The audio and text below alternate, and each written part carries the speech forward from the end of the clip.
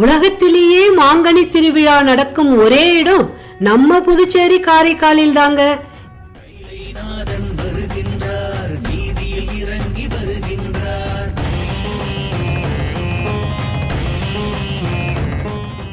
இந்த விழாவில் மாங்கனிகளை வாரி இறைக்கிறாங்க.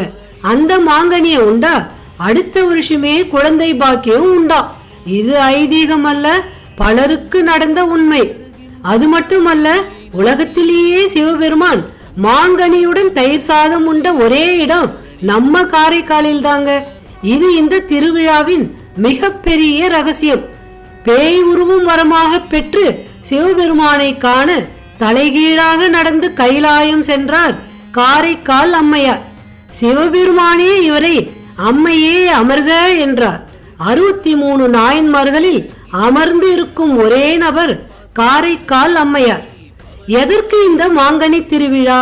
யார் இந்த காரைக்கால் அம்மையார்? சிவபெருமான் எதற்கு காரைக்கால் அம்மையார் வீட்டில் அன்னம் உண்டார்? காரைக்கால் அம்மையார் எதற்காக பேய் உருவத்தை வரமாக பெற்றார்? ஏன் தலைகீழாகவே நடந்து கைலாயம் சென்றார்? 63 நாயன்மார்களில் காரைக்கால் அம்மையார் மட்டும் ஏன் அமர்ந்து உள்ளார்? இது போன்ற சுவாரஸ்யமான பல கேள்விகளுக்கு விடை தெரிஞ்சிக்க நம்ம கலர்சந்த் யூடியூப் சேனலில் உள்ள முழு வீடியோவை பார்க்கவும்.